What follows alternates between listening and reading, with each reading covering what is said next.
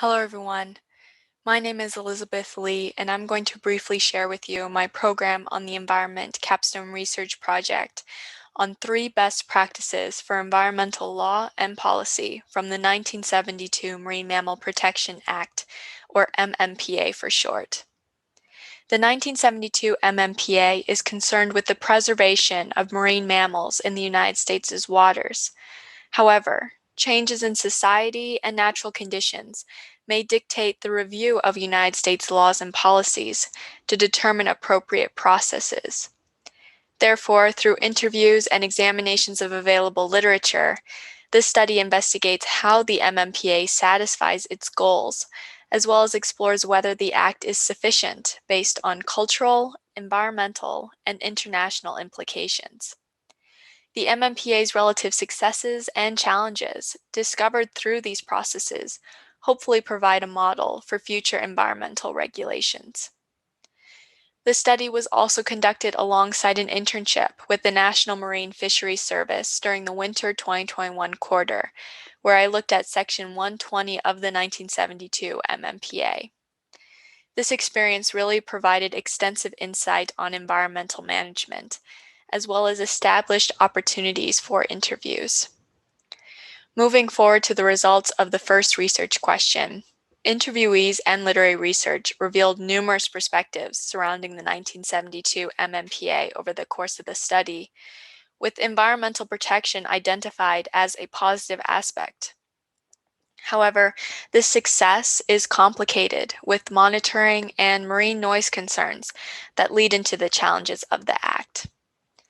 Other challenges include the availability and use of appropriate data, effective representations of the environment and people, Indigenous involvement, and the efficiency of processes, which were explored by the interviewees and corresponding sources listed on this poster. Interviewees also highlighted how diverse environmental law and policy is in the United States, which can be briefly demonstrated by the Figure 2 diagram of the MMPA's connections to the environment, people, the United States government, and other laws and policies.